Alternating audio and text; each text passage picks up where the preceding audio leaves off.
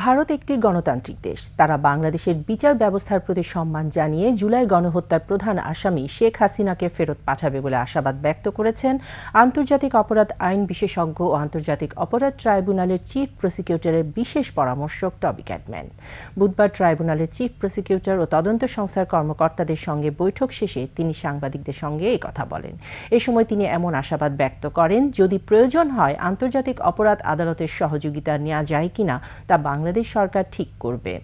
এছাড়া টবি ক্যাডম্যান বলেন, ট্রাইব্যুনালের যেসব আইন সংশোধিত হয়েছে তা সঠিক হয়েছে। পরবর্তীতে সম্মিলিতভাবে আরও কিছু বিষয়ে প্রস্তাবনা দেওয়া হতে পারে।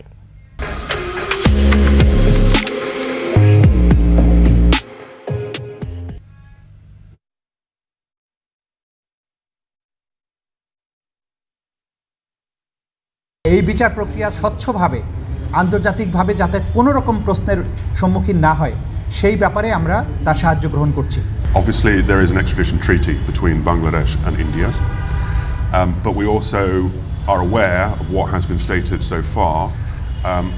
I don't want to prejudge what India is going to do, but of course it is the role of the Chief Prosecutor and this office to ensure that charges are brought, that an extradition request is made, and obviously if extradition is refused, we will have to then look upon whether she is tried in her absence or whether in fact we look to the International Criminal Court to provide assistance.